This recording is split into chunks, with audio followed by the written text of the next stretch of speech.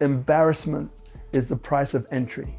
So I styled shoots with Steven Meisel. They shot my stomach for Muscles magazines. When you do what you love and you're prepared to say yes and put yourself out there to the level of where a lot of people stop, this could be embarrassing. I collected art books, so I knew everything about art. AI Mentor direct me to it in the same way as Google Maps work. Which live in complete peace. Yeah. Why? Because Bali smiled.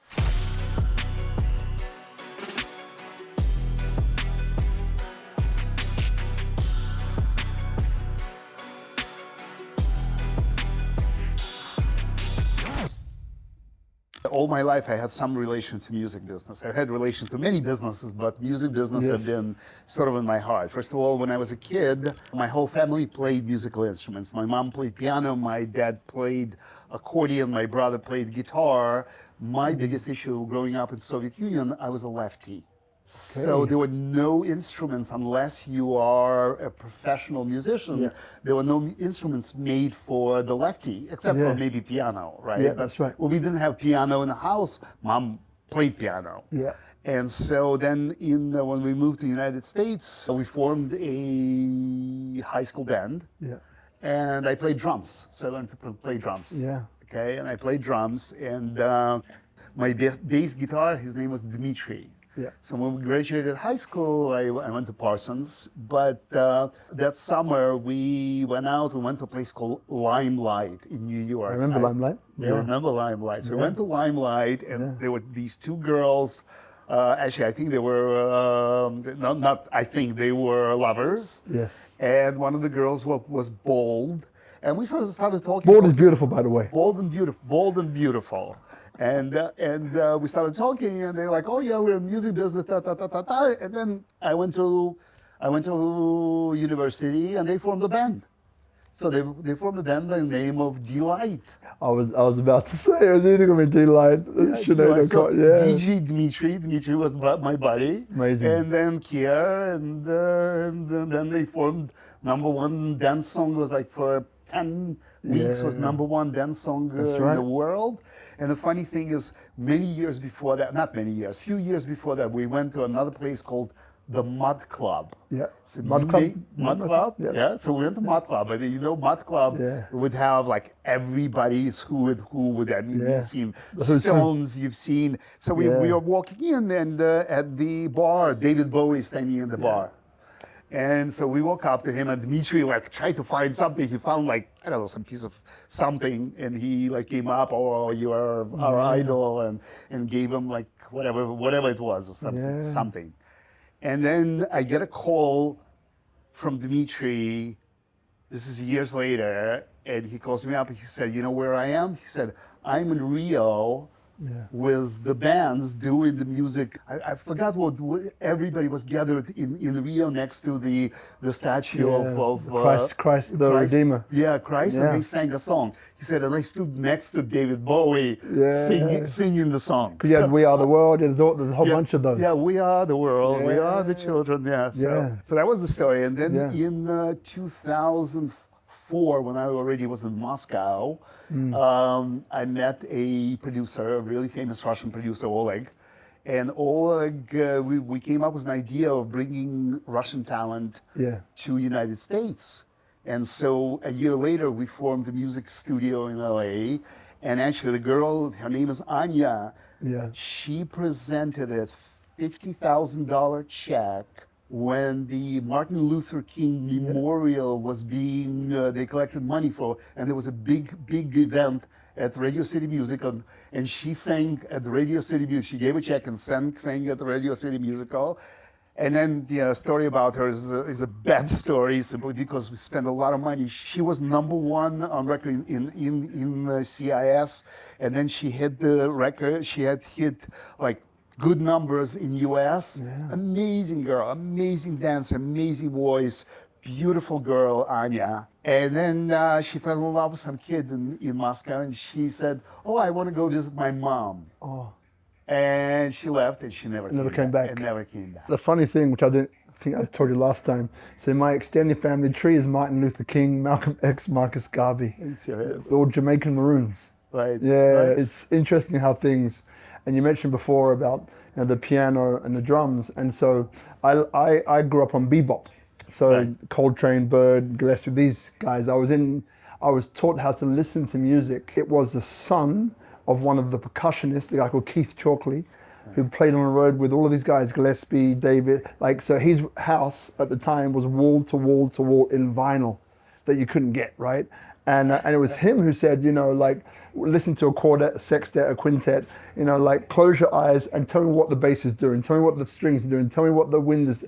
And I had no clue at first, but then listening that way is kind of how I learned. I still don't play music, but I come from a dance background, Right. so, but that's what I do. So I can break any kind of music down into its constituent elements, and the piano is critical in that. So learning the piano is like the base. We've of actually everything. been searching for a teacher. I want to play violin.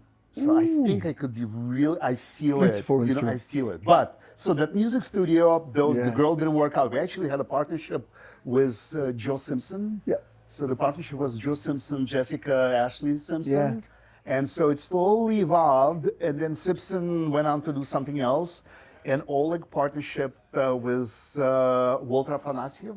Yeah. And they created a platform called Isina, and it's now the largest platform in the United States for uploading your music, get rated, get sponsored, get released like music. They created this huge, right on Hollywood Boulevard, they created this, I guess it's like what we're doing, interview studio, where musicians come out to sing, like people do for improv, comedy. They did improv music, so people can come on the stage and Like a jam session. Yeah, Beautiful. jam session. So and they've done really well. And there are a lot of in the background. There are a lot of famous musicians, Paul Oakenfold, big stars. Funny point. So Paul Oakenfold I interviewed recently when he was here for an event we did.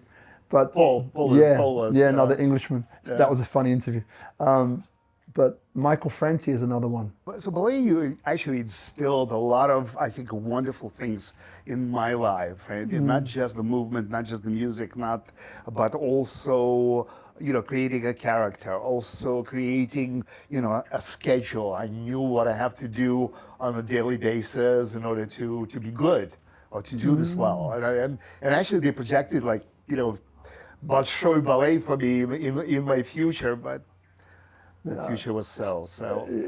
That thing about dance, which I love, because again, things that, again, we have different backgrounds, right? But there's common ground that we can all connect upon. And dance to me is one of those. So for me, it was growing up at home in this children's home in London, and many different people in there.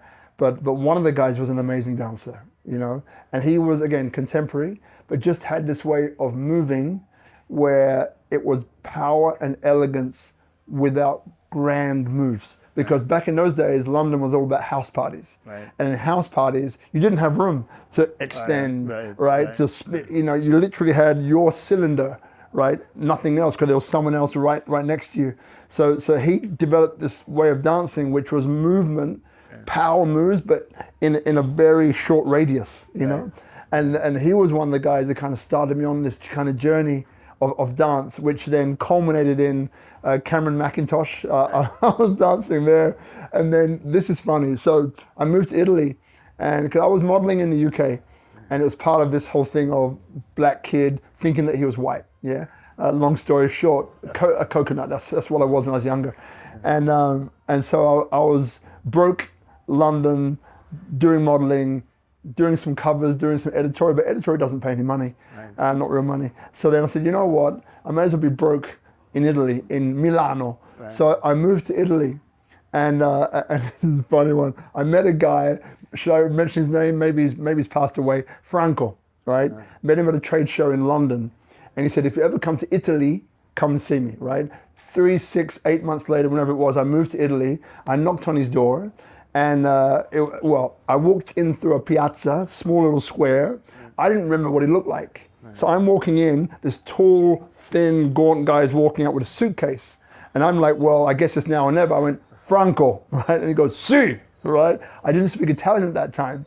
Turns out that he was about to go to New York right? So literally the next day. So we did a quick shoot, and we could look to my book. It wasn't very good for Milano. Right. And he goes, tomorrow you're going to go to see Marco in this agency on Monday, sorry. So I go with my book to this agency, all beautiful looking men and women. I'm like, oh, Jesus. You're going to an agency called something, something gay. So I'm thinking, I'm going to a gay agency in Milan. What could possibly go wrong? And I was in that mode of like, embrace life, say yes to everything, right? So I was in that mode. So I walked in, I avoided the gaze of all of these guys, looking at me. I went and sat down. I go in and see Marco. He looks at my book. Okay, come back 2 days time with some castings, right? Well, so I walk out, avoiding the guy's gaze. I look on the wall and I see all these covers. Linda Evangelista, Naomi Campbell, Ava Herzegovina. So it wasn't a gay agency. It was called Riccardo Guy, but it's spelled G-A-Y. It was the top agency in Milan. So I did shows with Evangelista, Naomi Campbell, did front covers. Again, one contact that I made there created all of that. And this is coming back to dance now. So after all of this period of time for a year going very hardcore, models get paid to appear in clubs in Italy, as you know, all over the world. So I end up going to a club called Per Fare Immagine, it's cool, and they get paid for it. And I was bored, so I was dancing. They go, you can dance too? Yes, of course I can dance. I end up becoming one of the highest paid podium dancers in Italy within 8 months after that. So to tell you about my story about the podium, just one that I remember very well. So this is already Wall Street.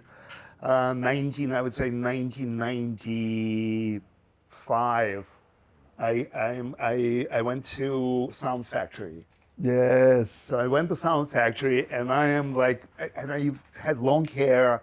I was just actually shot. They shot my stomach for Muscles magazine. So they shot like my torso, and I went on the podium, leather jeans. No top, dancing, and this guy comes. Great outfit. It's a gay club, right? Great outfit. No, but I mean, it was a gay club, but it was a place to be.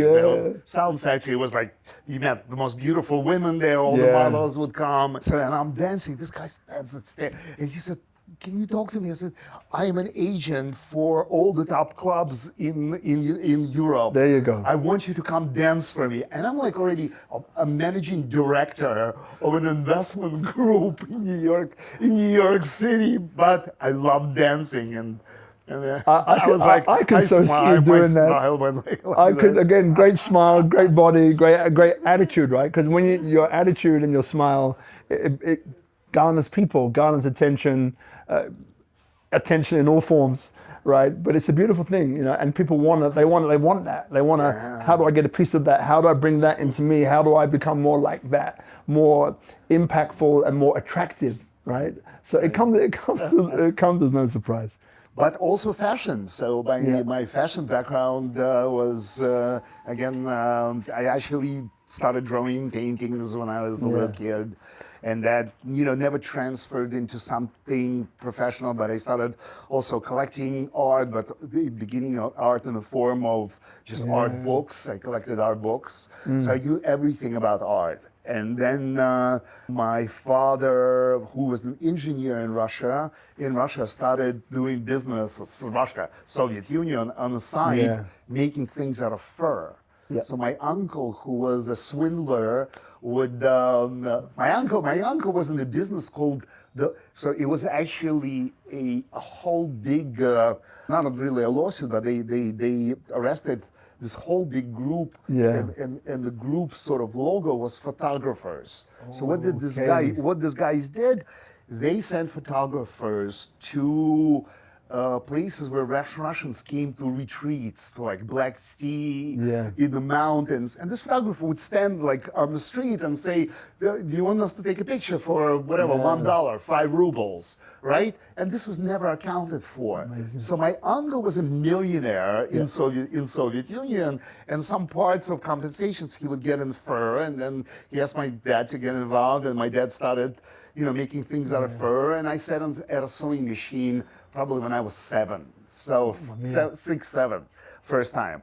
And so I already had, and then I helped cut things out. I helped, do things.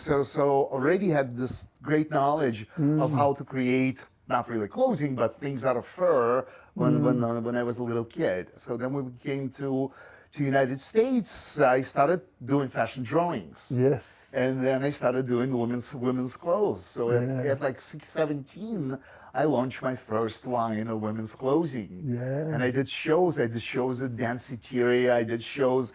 And then that evolved into, with friends, we published a fashion magazine called Key, The Key. That was the name of the magazine.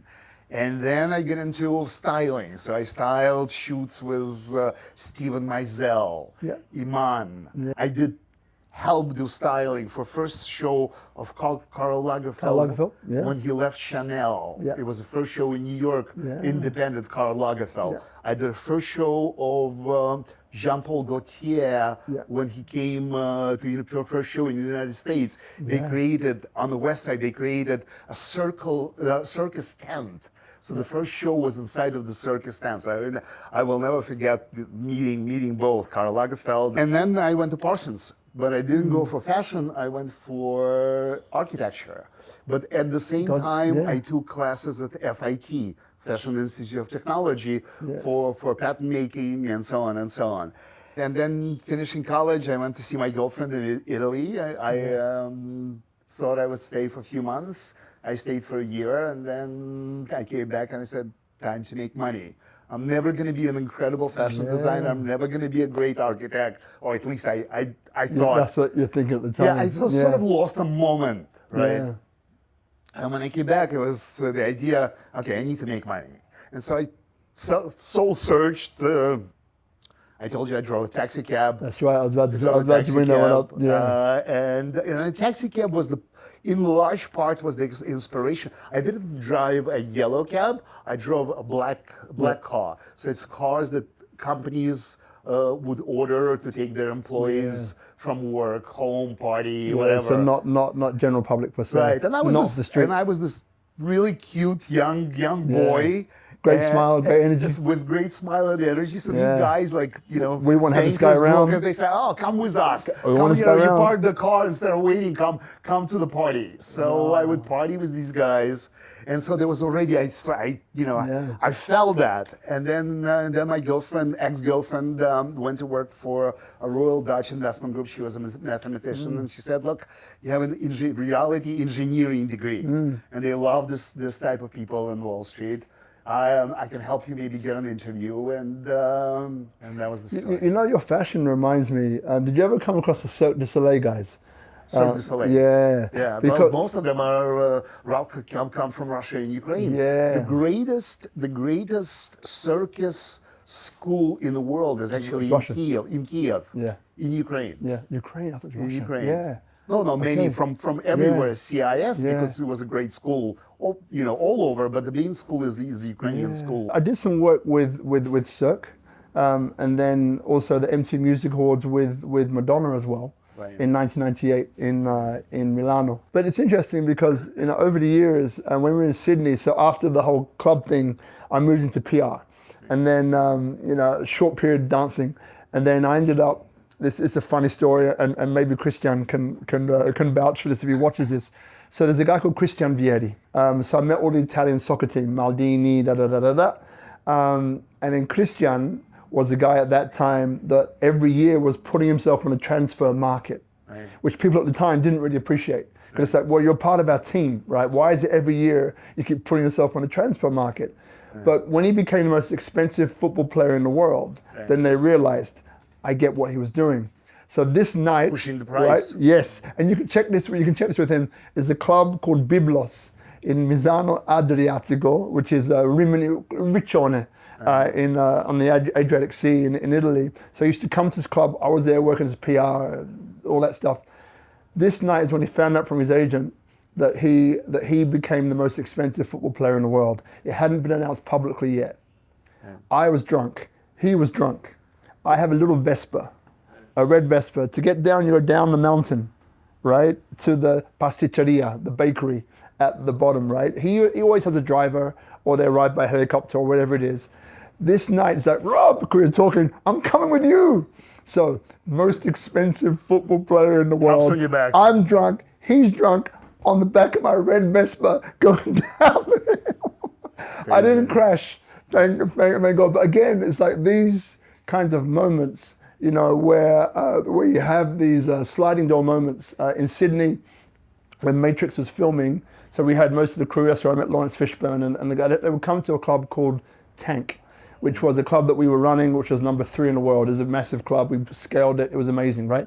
But again, you know, this is where you know, opportunity knocks to spend quality time with some of these very well-known people and get the real story about what's happening and so on. So again, I love the fact that both of what we've managed to do, you know, has put us front and center, or in a place where we can meet some people which are extraordinary. Karl Lagerfeld, extraordinary at what they do, you know, and that I think in itself kind of sparks its own journey within yourself, because you see when someone is really doing something to that extent, how far they can go, and when you're in your flow, you shine. And as you've done, again, the smile, everything, like you shine, right? And people are attracted to that, and other opportunities come. So it's interesting hearing, you know, your story for the second time, parts of it, and I'm drawing these sorts of things down, you know, kind of the realization of when you go for something and you put yourself out there, like Stephen Bartlett when he was here, we were looking after him for the Genius Group. And one thing he said at the show that he did in Nusa Dua was, embarrassment is the price of entry, right? Embarrassment is the price of entry. And again, when I look back at the things, podium dancing, you in your little leather thing, I was in, not much as well. There's funny photos out there. It was like with things swinging around. And I was like, oh my God, what's that guy doing? But again, you know, when you do what you love and you're prepared to say yes and put yourself out there to the level of where a lot of people stop, because then you kind of go into that area of, this could be embarrassing for me. I think that's where some gold opens up, right? And life has a whole different thing. I mean, what comes up for you? One of the most important things, we discussed this actually during our conversation with you last week, is that you need to learn to talk to people. You need to learn to go out there and exactly embarrass yourself. I mean, I brought it up during our conversation that in Japan, they especially do this. They put people in the middle of the street and they say, you know, scream or talk, or how some of the salespeople teach, like, go out and collect $10. You need to collect, you know, $1 from each person, just begging on the street. Just embarrass yourself, right? I completely agree with his statement that embarrassing yourself puts you out there. It's very, very important to be able to break that barrier. I mentioned also during our conversation that I used to make bets with people in a bar, just pick a person, and in 10 minutes I'll come back and I'll tell you their life story. They'll share with me everything. People want to tell you things. People want to interact. I mean, I think some of the biggest problem with people is that, you know, a lot of them are introverts, and if you can help them get out of that box, I mean, they'll tell you everything. It's just a matter of approach. It's a matter of smile and genuine interest. You know, because people feel when you're being fake, right? But genuine interest, and you actually take an interest in what they're saying, then it will come in. Again, like our dear friend Oka that you definitely should have on the show. I mean, I won't share all the things you're talking about, but it was just this, you know, Balinese man who is an incredible designer and have designed some incredible from an architecture standpoint, designed some phenomenal spaces for some very important people and those which maybe people don't know so well here in Bali. But again, it's all context. You know, how being, you know, living in Bali for the last 60 years has seen, you know, so many different types of foreigners come and go and change and so on. And Bali, again, has a phenomenal history. And it's a beautiful place that embraces us, right? So it's a beautiful history. It's a beautiful history, and it's interesting that, you know, we were talking to someone, one of my local partners. He's Balinese, and we started talking about you know, what's going on now outside of the world, and what's going on now with Muslim community around the world. And he said, you know, that this is really interesting that we see what's going on globally with Muslim community, yet in Indonesia, where there is the largest Muslim community, it's quiet. There's, people, go about their own way because the religion here was not brought onto people. It's been, now generations that are here, and they just, pray to their religion, and they, just very, very different. And of course, Bali is even more different in that sense. But yet you have two religions that live alongside it. Quite a lot of Muslim and Muslim communities here on Bali, which which live in complete peace. Yeah. Why? Because Balinese smile, because Balinese, open-hearted, and when you are so, you can create wars with people that show you love, right? Yeah, I remember, as a kid, a story I haven't shared so much, but as a kid, children's homes, orphanages, black kid, only black kid at school for the first 13 years, right? But the children's home was pejoratively black. But there was one thing that happened at the age of 12, which was a big racist attack, right? When I look around the world, and I see division and crisis, again, I always also believe that there's always a solution in equal and opposite magnitude, but it's not pushed in the media. So I remember, as a kid, I think I mentioned that growing up in this kid's home, this thing happened to me at the age of 12, and you think about this black kid, the children's home was pejoratively black, but I was only black kid at school for the first 13 years. So I thought I was white in many ways for quite a number of those early years. But this huge racist attack happened, and the details you don't need to go into. But what happened was that, out of it, I felt humiliated, ashamed, embarrassed, upset, right?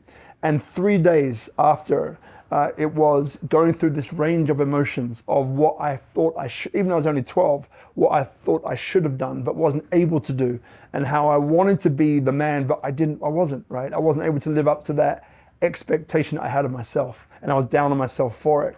But an interesting thing happened, which was on the third day. I remember 6 months prior in history, we studied one of the wars going on for a long time in the world, 100 Years' War. And the kid next to me put up his hand and said, "Miss, 100 Years' War, yeah, it can't be the same people fighting, can it, miss?" Now, I missed it completely, right? But what I realized on that third day, when I went through all these range of emotions, tumultuous emotions, was like, I had a choice. I could be part of the solution or part of the problem, because I realized then, as you do now, that it's a word passed down from one generation to the next. And subconsciously, it's lived out in that generation, and it is what it is, right? People don't realize they're unconscious to what they're actually doing and saying and acting. So when I made that choice to be part of the solution, to bring people together, to act as a bridge between cultures, races, ideologies, and so on, and that became the story of my life, pretty much the theme tune, about 2,500 events, over 2 million people in person over the years. Pretty much at the core of it was always that. But the interesting thing about Bali, and Indonesia, is that there's this analogy, right, of, the ocean, not the streams, the rivers, all lead to the ocean. So when you look at Indonesia, as you were saying before, the motto of the country dictates the ocean, right? Yeah. So, Bhinneka Tunggal Ika, unity in diversity. Two others which are very important, Gotong Royong, which is the community coming together to solve a challenge faced by the community. And then here in Bali, Tri Hita Karana, this relationship between human to God, human to nature, and human to human prosperity.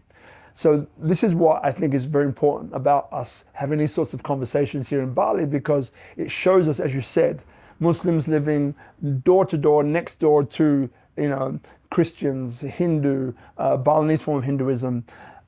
In Bali, there's 5 different religions that predominate.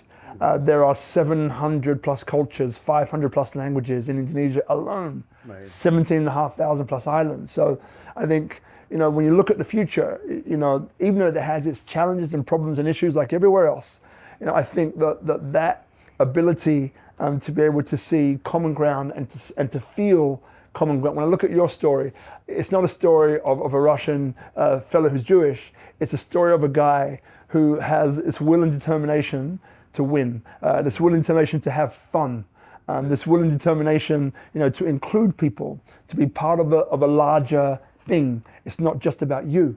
And so these things, I think, maybe one of the reasons why we both find ourselves in a place like this, which not only supports and nurtures this, but then allows things like that to be taken to the rest of the world. Absolutely. Yeah. Absolutely. But how did you get here? Well, what's your story? I mean, how did you get to Bali, and what kept you here? That would be great to speak to. Yeah. So my wife was born in Jakarta, but we met in Sydney at an Italian friend's barbecue. It was like a rebound relationship. So you were living in Australia for a while? Yes, 25 years in Sydney. Ah, man. Yeah. I didn't know that. Yeah, 25 years. And this is where we were running these big hospitality businesses and venues, one of which was number 3 in the world. Like it was big. And I was burnt out but didn't know it. I spent 5 years running a little cafe after the whole night scene in Redfern, which is the black heart of Australia. Mm-hmm. So basically the Aboriginals, which are the indigenous population to Australia, obviously there's another colonization story there, stolen generation. Redfern is the heart. So that means that all the families that were separated over eons would come to Redfern to find their siblings, to find their family.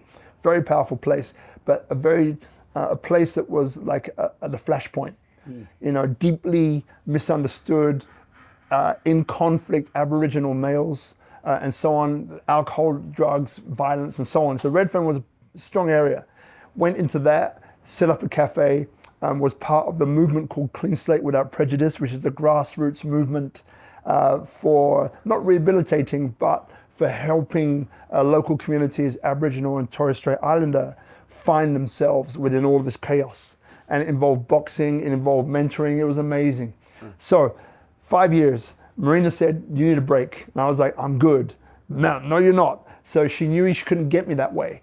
So she said, why don't we take the family, we had 2 little children, to Bali for a little holiday.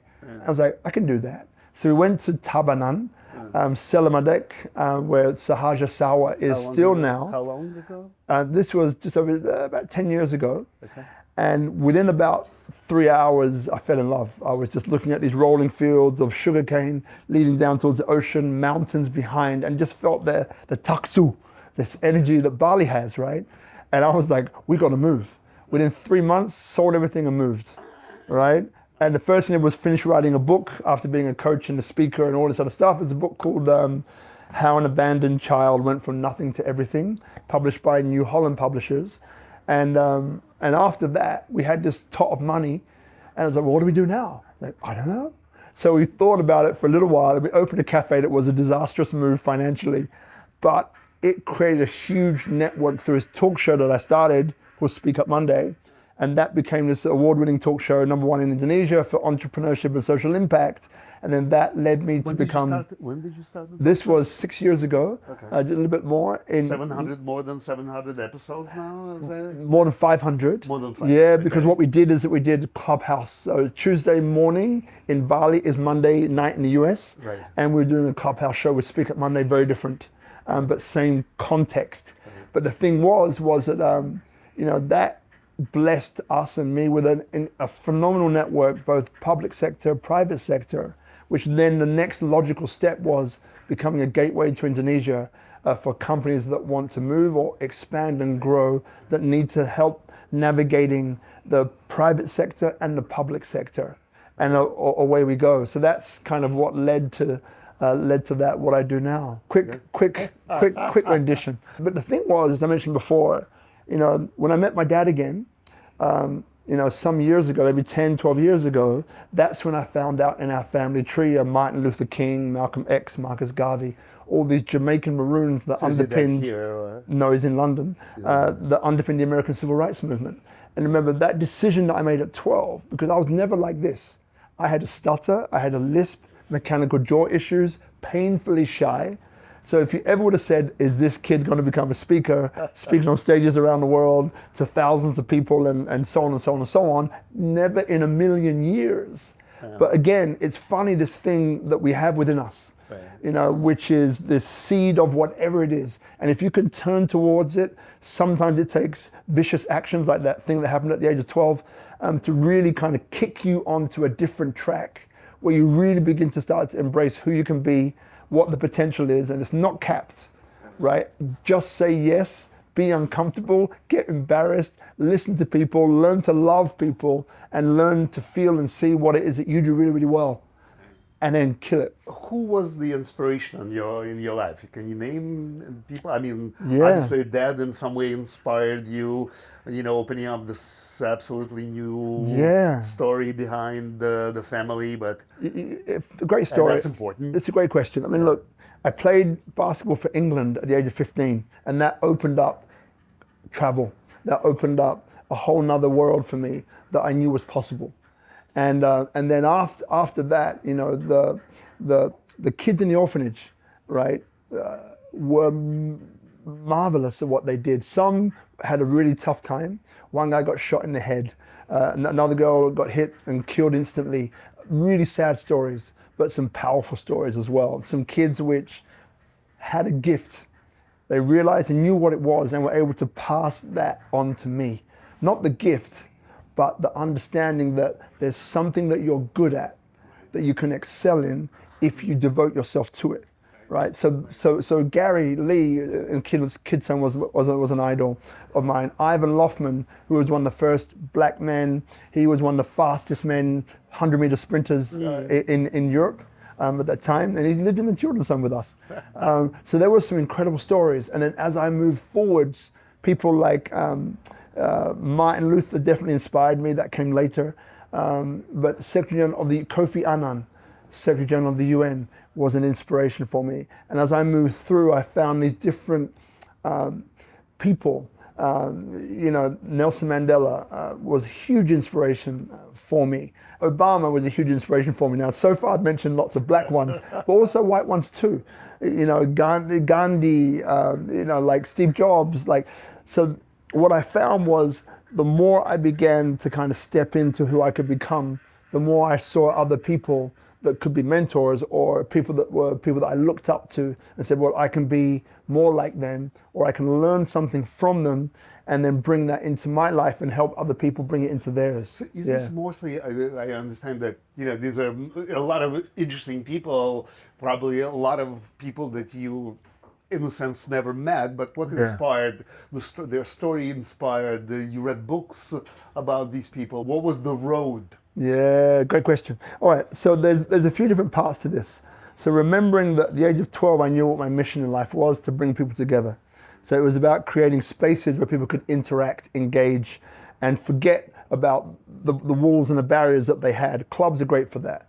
When you're dancing and there's a circle and you go, it's not about how good you are, it's about you being there and everyone applauds. Right. That leaves an impact in you. Absolutely. Right? And clubs, as you know, created the trends. Right. So the things the fashion that people were wearing in clubs then became mainstream. Absolutely. So clubs were this incredible vehicle to create the trends. Right. So I was part of that whole movement. So living in Italy, in clubs, UK, some clubs, but mainly Australia, some clubs. So this was a driving force in how to gather thousands of, again, 2 million plus people over the years I've gathered together personally, literally in person, offline, and connected them as well. So then from that point there, I began to find people. So Christian Vieri, the football player that I mentioned before, there was a time where we spent a little bit of time together. I learned so much from him. Lawrence Fishburne, we spent some quality time when he was filming Matrix in Sydney. Great guy. And I learned, and it wasn't a long time, but quality time. I learned so much from him. So as I began to move forwards, in my orbit were people that some which I met and learned from them directly of just what it takes, the grit, the determination. Others, it wasn't. It was reading a book, right? And kind of getting it that way. And then more recently, it's interviewing people, right? It's phenomenal and thank you for listening, when you listen to someone's story and you ask those questions, I'm reading a book right now. Absolutely. Right? So I began to take it in, it's 1,000 plus guests now, right? So I took it in that way. There's a guy called Robert Ian Bonnick, who is the only black vice president of Kraft, which is obviously a multinational conglomerate. I met him on Clubhouse. And a long story short, we just found something. Clubhouse is vocal only, right? So you can never see their face.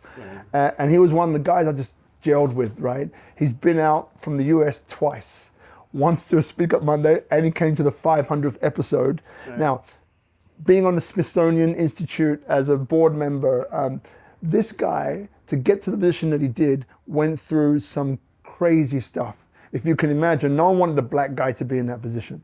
Yeah. So it tells you what kind of guts, determination, how good he had to be, right, to occupy that position. So hanging out with him, just learn so much. Speaking to you, on Monday's show, it's all going in. Yeah, exactly. I guess same here. Thank you. Thank you very much. So I learn from other people. The mentors become people I interview, some of which I read about. But in general, for the last 10, 15 years, there's people that I've met and had a chance to hang out with.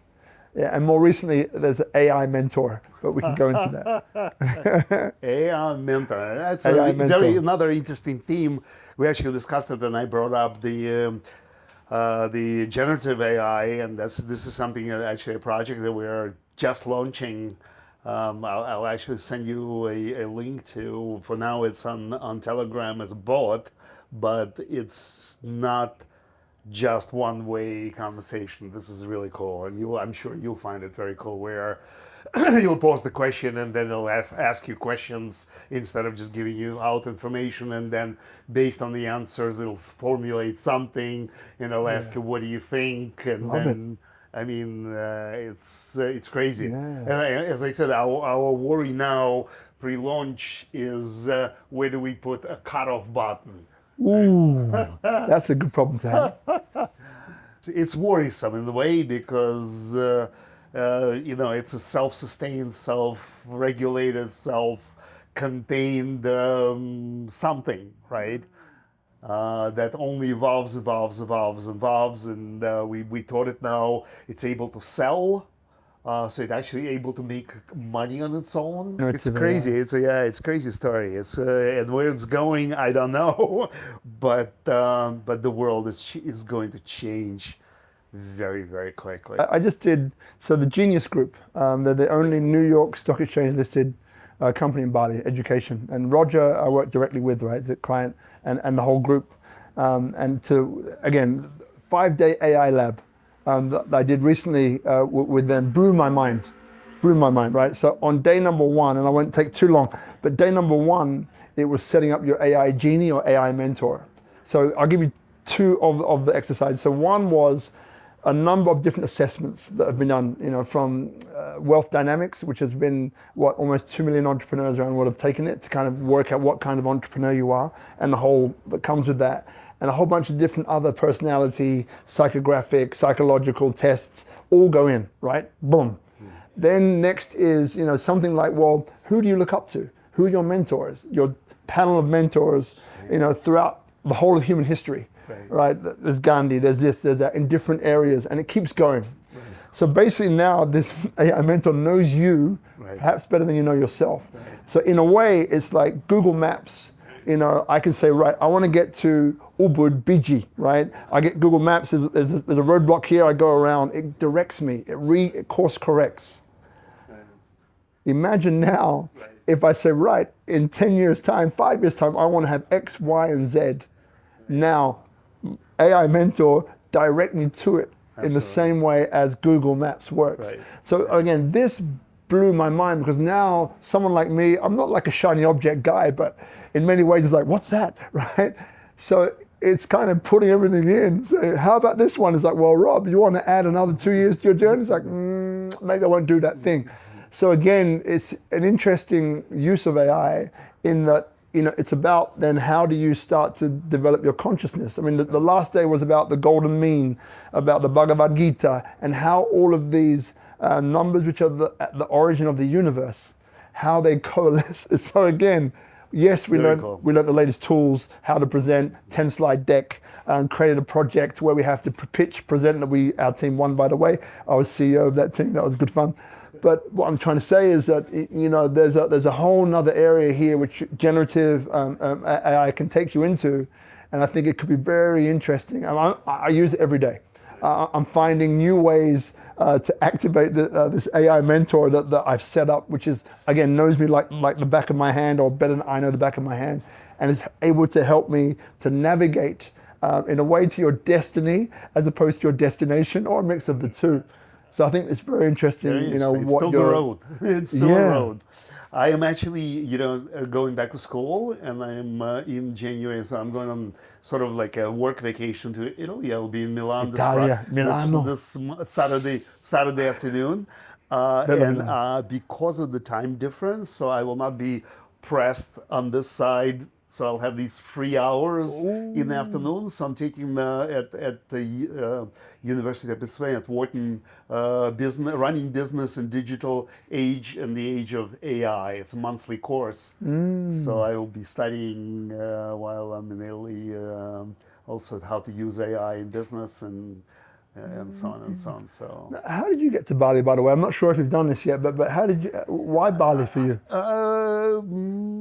You know what? Bali knows its heroes. So I was here first time 10 years ago, more than 10 years, 11, almost 12 years ago. We were here on vacation. It was a large group of friends with whom we actually every year for the past 10 years before that went to Thailand. And then one year we decided to come to Bali, to do something different, and we did not like it. I love Thai food. We were in Phangan, so beautiful beaches, everything that Phangan had to offer. And then coming here, we were in Seminyak, our friends were in Nusa the other friends were in Ubud, other friends were in Canggu. This hectic travel to go to the beach, and then the beaches, Bali is not famous for its beaches, right? So, Bali is famous for Ubud and the rice fields and culture. And so, and we said we'd never come back. And then 6 years later, we were moving to Thailand. And my wife went to Moscow to pack things, and I was supposed to get on a plane to come to Phangan to rent a house. And I came to the airline, and they showed my passport, and they said Thai pass. I said, "What is Thai pass?" I said, "Well, it's still, COVID, and you need to have this pass that you were, you had the shots." So she said, "It's really simple. There's this application that you need to fill out on your telephone." So I do it. I press send, and it says to me, "Thank you for your application. We'll get back to you in the next 3 to 5 days." My wife and I had a 50 minutes time difference between the flights.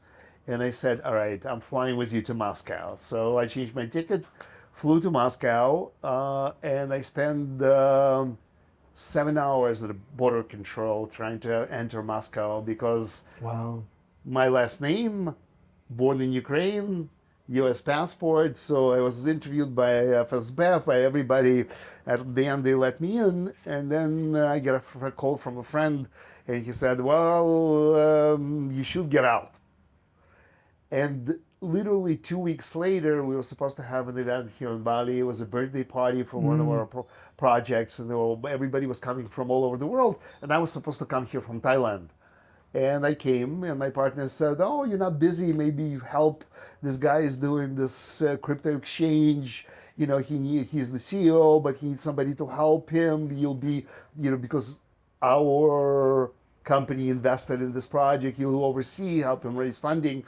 And so I stayed, and the guy now in Moscow, project no longer is there, and I'm still here. So it's interesting, you said before as well, what keeps me here, which I'm going to ask you in a second. And just to answer that one, I find that here it's, again, generative, right? I find that here I can become my best self, and that I can then take to the world. So my thing, which you kind of know about already, is how do I empower, create, or support projects that have a powerful, positive impact on humanity? That's what drives me, right? And here I find I can not only live with the family and kids and everyone else and live well, but also I'm reminded of unity and diversity, these things I mentioned before, Gotong Royong. The Banja system is all about people. Right, one of the oldest systems in the world. It's about people coalescing and about people supporting people. So these are the things that I think are very high on my list of values and priorities. And I see that that this is like an epicenter for generating and creating these sorts of projects that go out? I'd ask you the same. Yeah. You know what? I can tell you that in the last 4 years here, I accomplished more than in the past 20 years. Mamma mia. So I've created with partners what is, I think, is going to be a very important player in the real estate market here, a development company which I think will grow to top 5 development companies on Bali, and we're doing it now. And we've done already many things. We are launching a fund, an investment fund next year for investments in Indonesian real estate. We were found by a European money manager who manages $2 billion in the real estate investments in Europe. He searched first the countries of Southeastern Asia, and then he searched the Indonesia. He loved Indonesia. Indonesia was the focal point, and then he searched for a partnership, and he came to me Amazing. for the partnership to launch this fund. And then we launched 2 years ago a fintech company, and it's now a very large player in the business that it's in. I mean, a large player globally. And it's all happened here. Probably coming closer to the end of this conversation, what's your plan? So you have your kids, you have successful business, have family, which is, as I said before, family is number one. What's the next step? So for me, I like threes, as you might remember, right? So on the personal side, it's family, right? So our kids are 9 and 11. So there's family goals there, right? One is when I go speaking, which I'll get to in the second one, take them on tour around the world. They haven't seen snow yet. So I want to take them to the UK where I was born. I want to ski in Europe. I want to ski in Austria, the Hahnenkamm, Kitzbühel. Are you going to Kitzbühel? Going to Milan and going to Cortina. Oh, Cortina. Going to Cortina. Oh, beautiful. So these family goals, right? Absolutely. There's a property that I want to create in Tabanan, Selamadek. So there's a piece of land we need to buy and a house we need to design and create. So that's on that line. When it comes to the business line, so again, I love projects which have a powerful positive impact on humanity. So there's a movement that I'm creating out of all the movements that I've created, which is doing it on a global scale, right? So the next year, 2 years is ideation for that project, right? Part of it is what I'm doing now with the Genius Group. I think Roger is amazing, futurist, architect originally, but I really enjoy his process and where he's going, and that's why I work closely with them. So that's very powerful and important. And then when it comes to the third part, which is more personal, I have physical goals that I want to remain fit. I want to, I'm doing muscle up training at the moment, but I'm a pull up, chin up guy, right? So I do, lots and lots of those. But muscle ups is where I'm going with that. And from a spiritual point of view, I have a spiritual practice which I follow. I believe I'm a spiritual being. I believe we all are. So I will continue that to become the best me that I can possibly embrace, right? And I see the next years as Bali being the base for maybe 7 to 8 months of the year. And then, 2 months traveling, a month probably in Australia, and then a month for ideation, or wherever that takes me. Wonderful.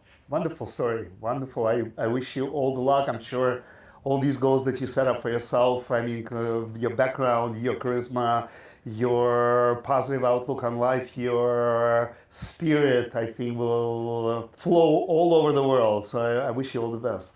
Thank you very much, brother. Thank you very much.